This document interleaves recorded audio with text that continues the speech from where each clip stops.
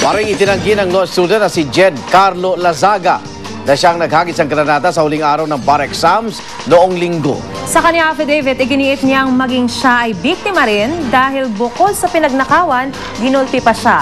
Saksi si JP Soriano. Dalawang saksi umano sa pagsabog ang positibong nagturo kahapon sa law student na si Jed Carlo Lazaga na siya raw naghagis ng granada sa kasagsagan ng salubong sa mga bar examinees nitong linggo.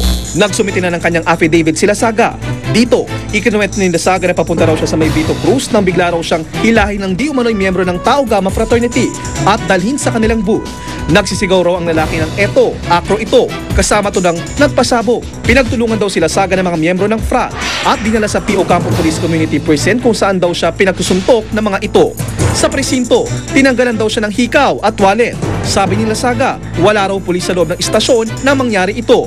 Kinuwestiyon daw siya ng grupo at pinilit pang umamin na may partisipasyon umano siya sa pagsabog.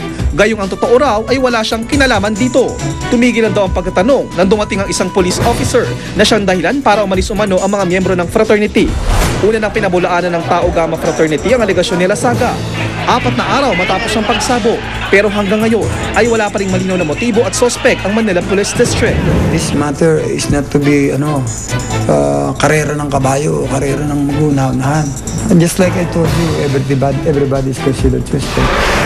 Nagtungo naman sa blast site kanina ang NBI para sukatin ang lawak ng pinsalang dulot ng pagsabog. The significant is that the distance, how far did the thrower of the grenade, how far is it to the victims, and also the effect of the explosion. Yun ang i-determine natin.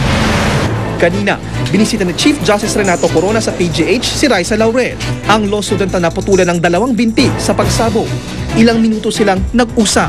Mag-login po yan, ako mag-support Ako si JP Soriano, ang inyong saksi.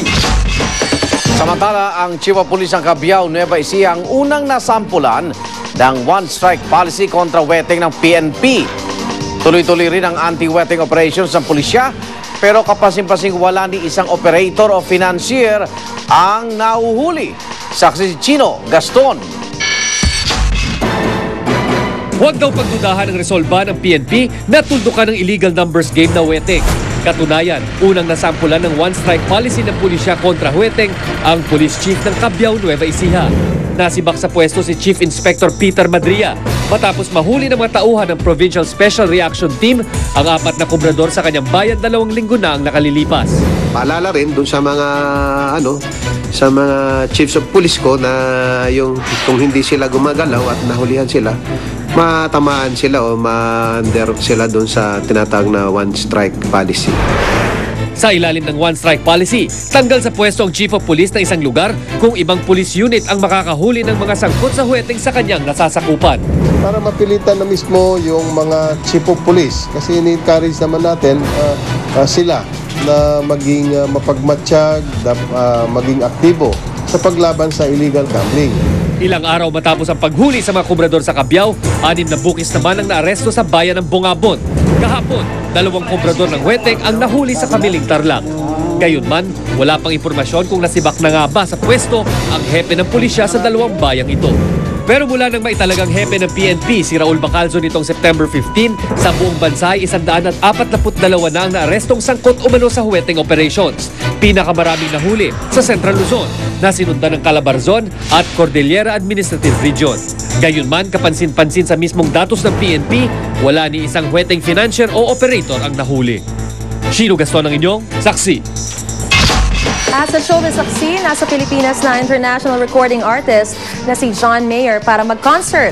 Pasado 10:00 ng gabi nang dumating sa NAIA ang singer-songwriter. Ngayong Biyernes ng gabi, nakatakdang mag-concert sa SM Mall of Asia grounds ang 7-time Grammy winner. Kabilang sa mga sumikat niyang kanta, ang Your Body is a Wonderland na nagpanalo sa kanya bilang Best Male Pop Vocal Performance sa 2003 Grammy Awards. At sama-sama natin saksihan iba't ibang uri ng salamangka. Tunghaya sa tagisan ng galing ng mga magikerong Pinoy. Balitang hatid na nag-iisang liga ng katotohanan. Sama-sama natin pagiging saksi. Hangad ng saksi at Nescafe Decaf ang walang kinikilingang pagbabalita para sa